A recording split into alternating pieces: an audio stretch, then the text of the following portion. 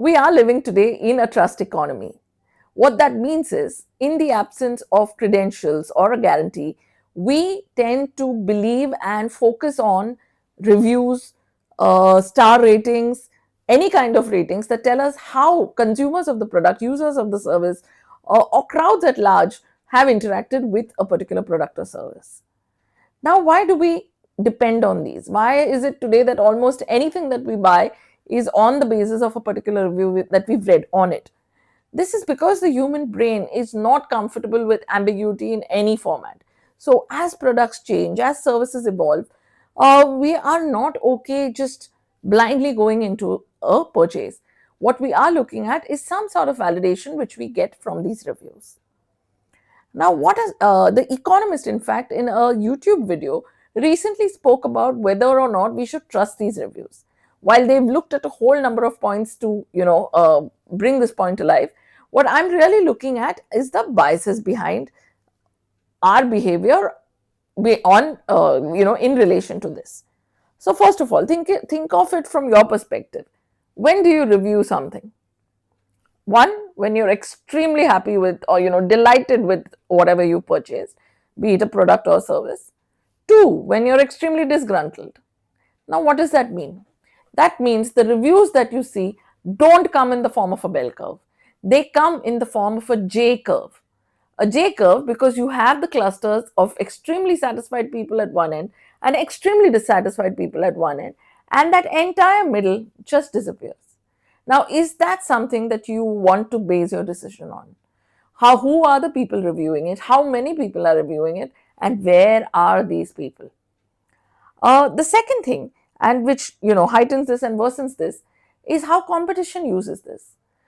You have competitors coming in at that point, at key points with false reviews, with reviews about their competitor's product, which may not necessarily be true information, but because there are so many of those posts being put out there, it's sort of a false consensus. Because everybody's saying it, you tend to believe it.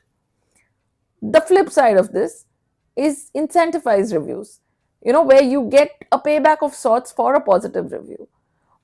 Worse, automated reviews, bots putting out reviews. What happens with this is it's not necessarily true, and the positive reviews are not necessarily true, but it's just the reputation and scale of it which makes us believe them. Moving on from there, even if a review is true, okay, what comes in here is the relevance of it.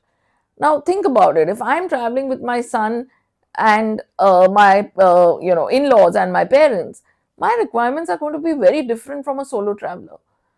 However, that solo traveler is looking at my review to decide whether or not to take that particular hotel stay, for example. So, are we looking at the right reviews? Are we looking at reviewers who have the same requirements as us? That's the question to be answered. And finally, there's one very interesting aspect of it, a sort of halo effect. Let's take an Airbnb or an Uber. Is it really the service that we are rating? Or have we created a sort of a rapport with that homeowner? Or have we really liked the conversations we had with them and then overlooked, the way the bed was or the way the bathroom was, or that you had to climb a flight of stairs? That happens as well because our rapport with that person is creating a halo of sorts on our review as well. I would love to hear what your views on the subject are. Have you followed, reviews and made a mistake or bought a wrong product? Have you followed reviews and that's been that's always proven like the right way to go about things? Of course, the trust economy is not broken. We just need to be aware of these aspects and look at the reviews against these realities, these truths, before we take that final call. Do write into me with your views on the subject and subscribe to my channel if you like these insights from behavioral science.